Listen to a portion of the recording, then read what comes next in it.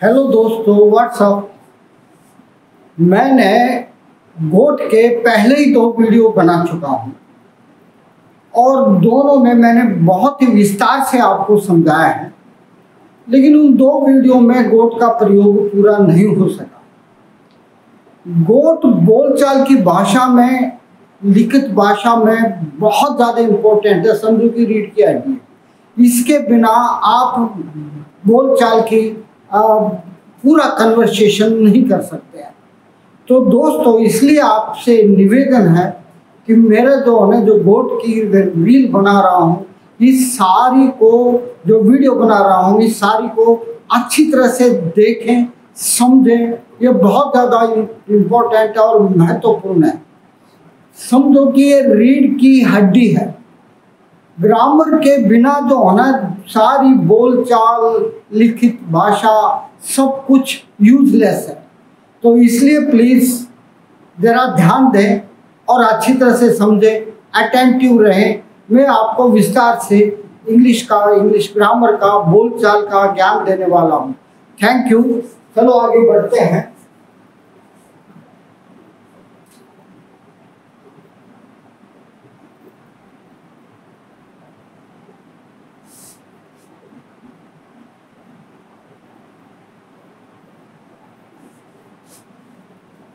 तो दोस्तों, आज जो हम गोट का प्रयोग करने वाले हैं वो है हैव या हैज। सब्जेक्ट के बाद सिंगुलर सब्जेक्ट होगा तो हैज आएगा, प्लूरल सब्जेक्ट है वो यू होगा तो हैव आएगा, और उसके बाद गोट, फिर नाउन, फिर पास्ट पार्टिसिपल अर्थात वर्ब की थर्ड फॉर्म पास्ट पार्टिसिपल आएगा। तो इसके अंतर्गत हम ये बताना सीखते हैं कि हमने क्या काम करवा लिया है ना, हमने क्या काम दूसरों से करवा लिया अपने लिए। तो जैसे कि मैंने अपनी टिकट बुक करवा ली है।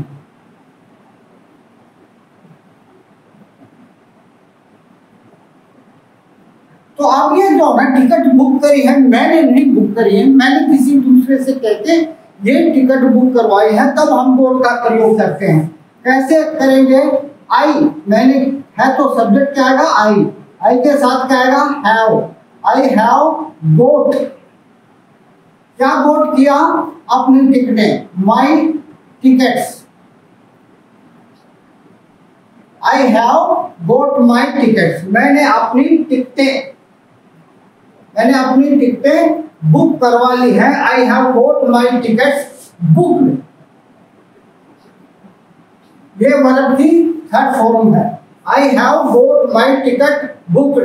जैसे कि मैंने भोजन पकवा लिया है,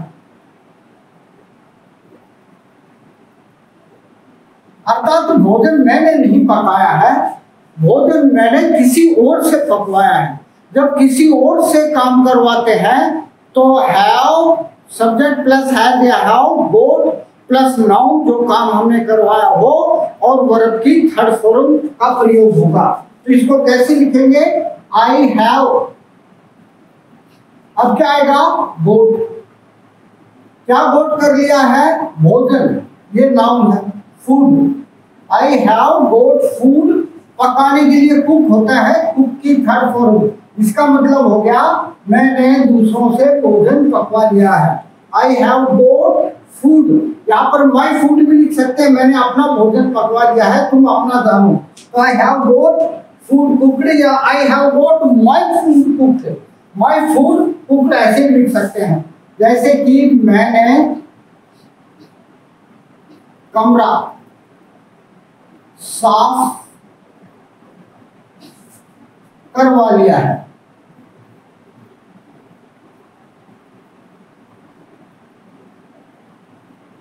मैंने कमरा साफ करवा लिया है। तो कैसे लिखेंगे? मैंने के लिए आई हैव गोट। क्या गोट करवा लिया है? कमरा, my room. My room. Clean, साफ करवाने क्या बोलेंगे? क्लीन। क्लीन की थर्ड फॉर्म क्लीन। तो आएगा मैंने कमरा साफ करवा लिया है। I have got my room cleaned. मैंने अपनी टिकट बुक करवा लिया। आई have got my ticket booked. ऐसे ही मैंने भोजन पकवा लिया है। I have got my food cooked या फूड कुक्ड। फूड कुक्ड करते हैं तो भोजन पकवा लिया, आ जाओ खाते हैं। माई फूड का मतलब मेरा भोजन तो मैंने करवा लिया है, पकवा लिया दूसरे से, आप जाने। जैसे कि उसने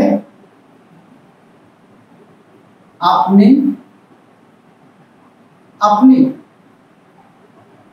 बाइक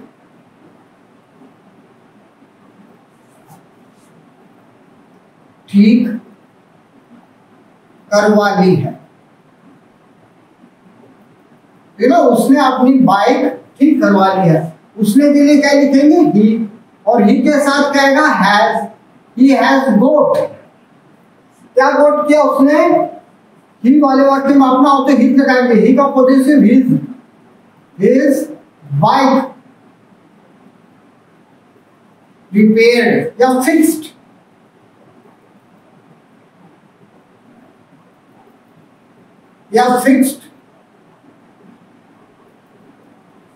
आजकल प्राय फिक्स्ड का यूज किया जाता है। He has got his bike repaired. उसने अपनी बाइक ठीक करवा ली है। समझ लो, खुद नहीं करी है, दूसरों से उसने करवा ली है। जैसे कि उसने अपनी पोशाक सिलवा ली है।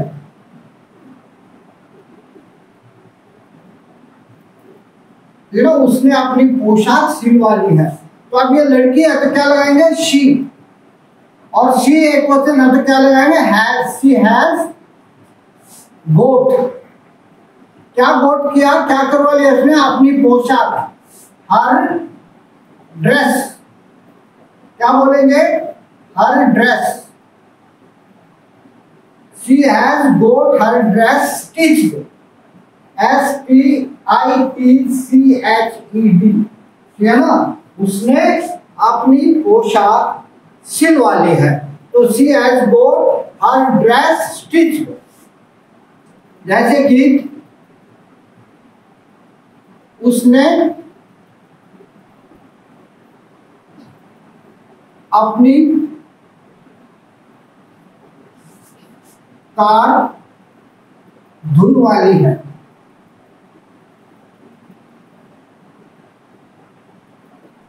उसने अपनी कार धुलवा ली है। तो इसको कैसे लिखेंगे? He has got। क्या गोट किया उसने? अपनी कार धुलवाना, हर कार वॉश्ड। धुलवानी क्या होगी? वॉश्ड। तो क्या हो गया ये? उसने अपनी कार धुलवा ली है। तो he has got his car। क्या लिखेंगे? His car। He has got his car washed। उसने अपनी कार ठीक करवा ली है। ठीक है ना? जैसे कि मैंने अपने जूते पॉलिश करवा लिए।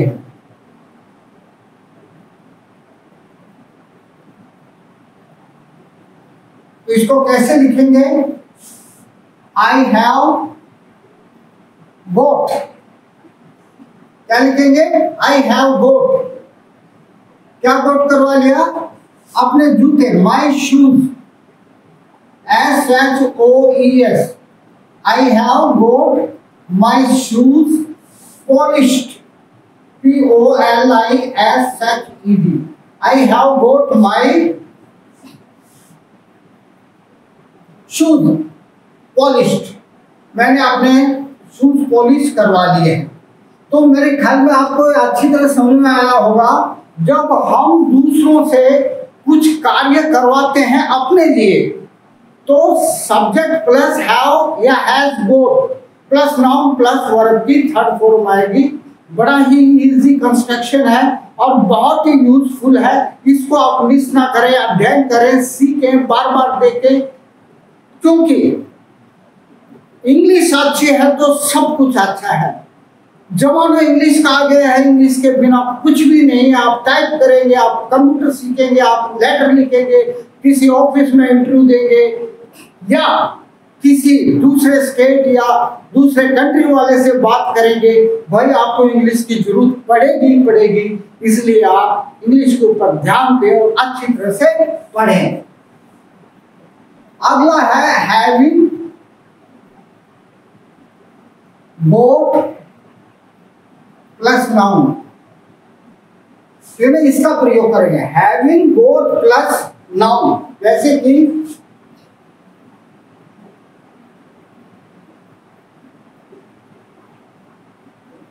टिकट लेने के बाद, इसमें क्या होता है, हैविंग बोथ का मतलब ये काम करने के बाद, हैविंग बोथ का मतलब ऐसा करने के बाद, ऐसा होने के बाद। तो हैविंग टिकट लेने के बाद हम हॉल में घुसे, है ना, हॉल में प्रवेश किया टिकट लेने के बाद। तो इसको कैसे लिखेंगे, हैविंग लिखो पहले, हैविंग बोथ टिकट्स, कोमा लगाओ।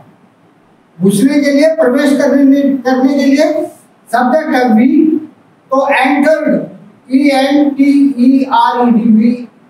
एंटर्ड द हॉल, ठीक है ना, वी एंटर्ड द हॉल, हमने प्रवेश किया। ये पास्ट इंडेफिनिट टेंस में है। पहले हैविंग बोथ, फिर जो नाउन हमने जो करवाया है, किया है, वो करने के बाद आई हैविंग बोथ टिकट, तो टिकट लेने के बाद, फिर हमने हैविंग बोथ टिकट लेने के बाद वे एंटर्ड द हॉल। जैसे कि चाबी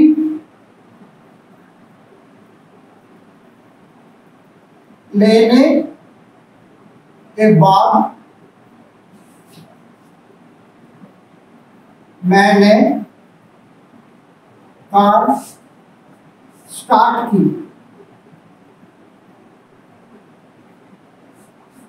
तो कार, चाबी लेने के बाद मैंने कार स्टार्ट की, तो क्या कैसे लिखेंगे, हैविंग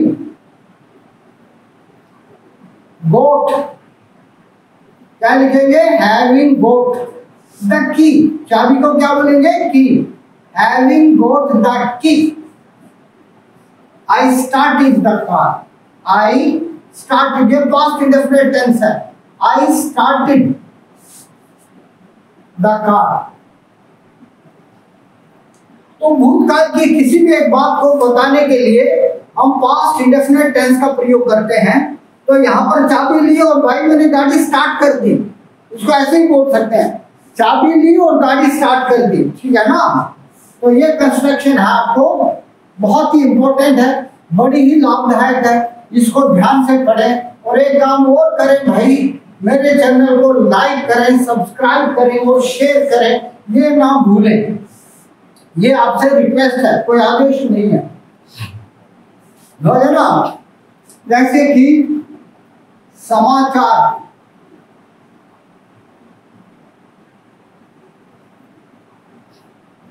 प्राप्त करने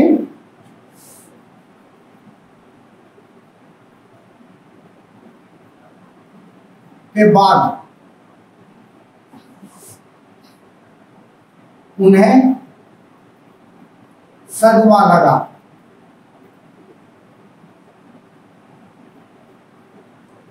समाचार प्राप्त किया, समाचार प्राप्त करने के बाद, समाचार प्राप्त करने के बाद उन्हें सदमा लगा। पहले समाचार प्राप्त किया, पढ़ा, पढ़ते हर सदमा लग गया हमको, ठीक है ना। तो कैसे लिखेंगे, हैविंग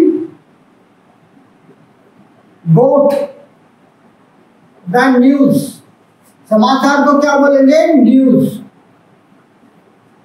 दे शॉक्ड, दे शॉक्ड, SHOCKED, दे शॉक्ड, क्या लिखेंगे, शॉक्ड। तो हैविंग गोट द न्यूज, समाचार लेने के बाद, देखने के बाद दे शॉक्ड। इसको ऐसे भी लिख सकते हैं, दे वर शॉक्ड, वे अचंभित हो गए, दे वर शॉक्ड या दे शॉक्ड, दोनों ही सही है, ठीक है ना। जैसे कि नौकरी, नौकरी प्राप्त करने के बाद वह प्रफुल्लित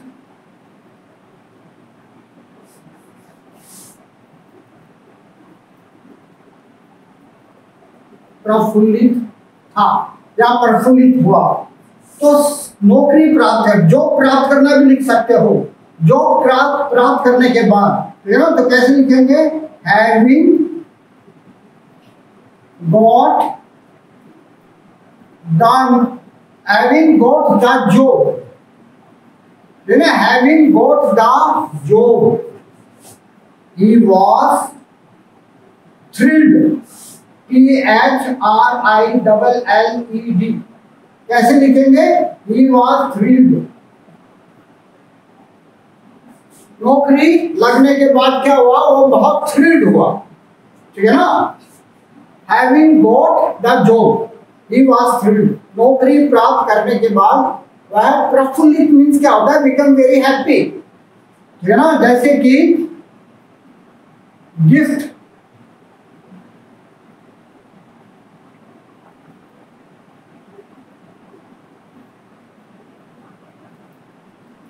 प्राप्त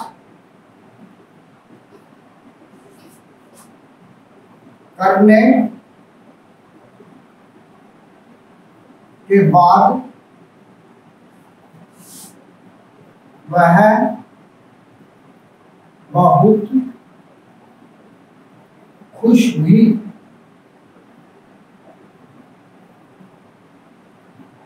तो गिफ्ट प्राप्त करने के बाद, तोहफा प्राप्त करने के बाद वह बहुत खुश हुई। तो कैसे लिखेंगे, हैविंग गॉट द गिफ्ट,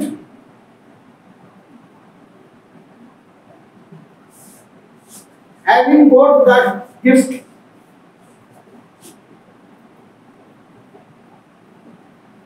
है ना। Having got the gift, gift लेने के बाद क्या होगा,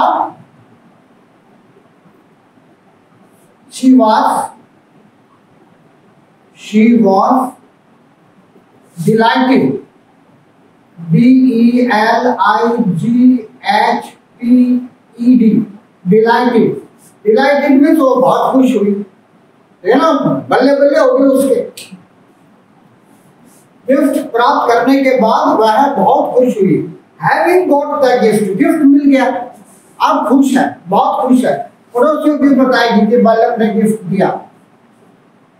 तो जैसे कि शादी करने के बाद,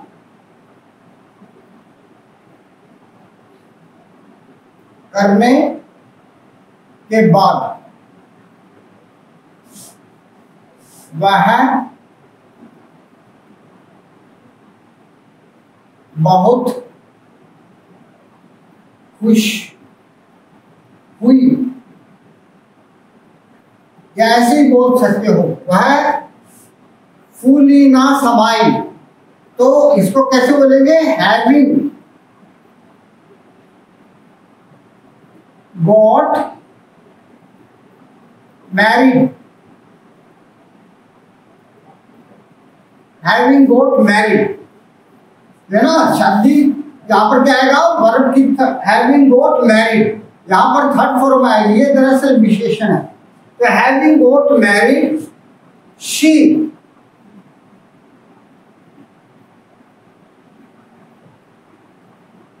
was overjoyed,